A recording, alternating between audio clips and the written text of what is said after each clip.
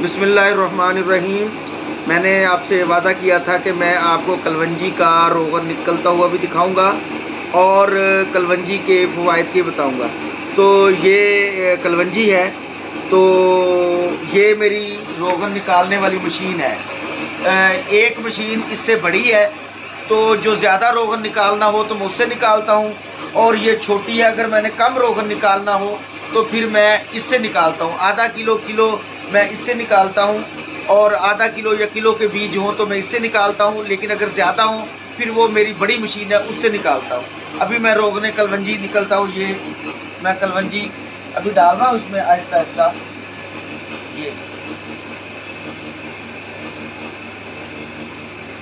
ये कलवंजी, ये